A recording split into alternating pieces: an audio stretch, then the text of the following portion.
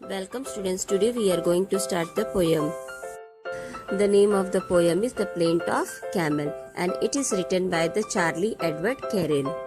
Let's drill the hard words. Canary, C-A-N-A-R-Y, crackers, C-R-A-C-K-E-R-S, poodles, P-O-O-D-L-E-S, digestion, D-I-G-E-S-T-I-O-N, slumbers, S-L-U-M-B-E-R-S, constructed, C-O-N-S-T-R-U-C-T-E-D, B-straddle, B-E-S-T-R-A-D-D-L-E, straighter, S-T-R-A-I-G-H-T-E-R.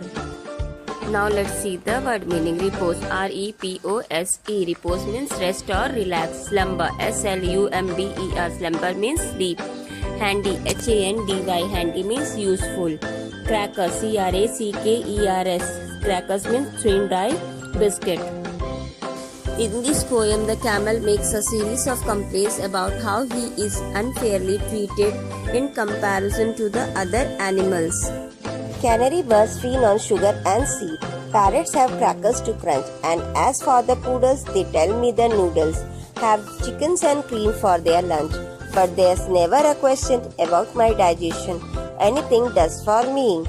This is the picture of the canary birds. These birds like to eat sugar and seed. This is the picture of the poodle. It is a breed of a dog. These poodles like to eat noodles, chickens and cream.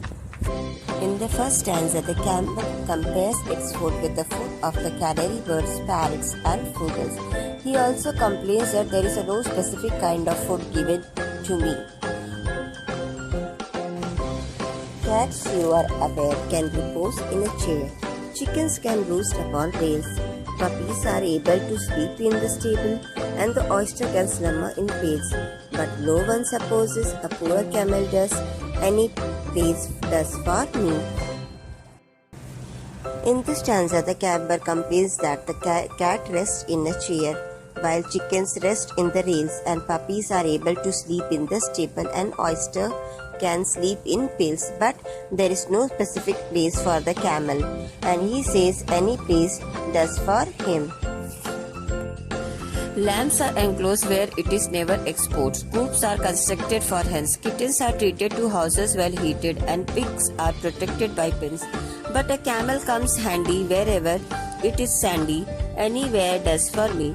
So in this stanza, the camel complains that lambs are enclosed where it is never visible, whereas hens live in the coops and kittens are kept as pets in the houses, while pigs live in the pens. But for the camel, there is no specific place where camel can live. People will laugh if you rode a giraffe or mounted the back of an ox. It's nobody's habit to ride on a rabbit or try to bestraddle a fox. But as a camel, he is ridden by families, and it load does for me.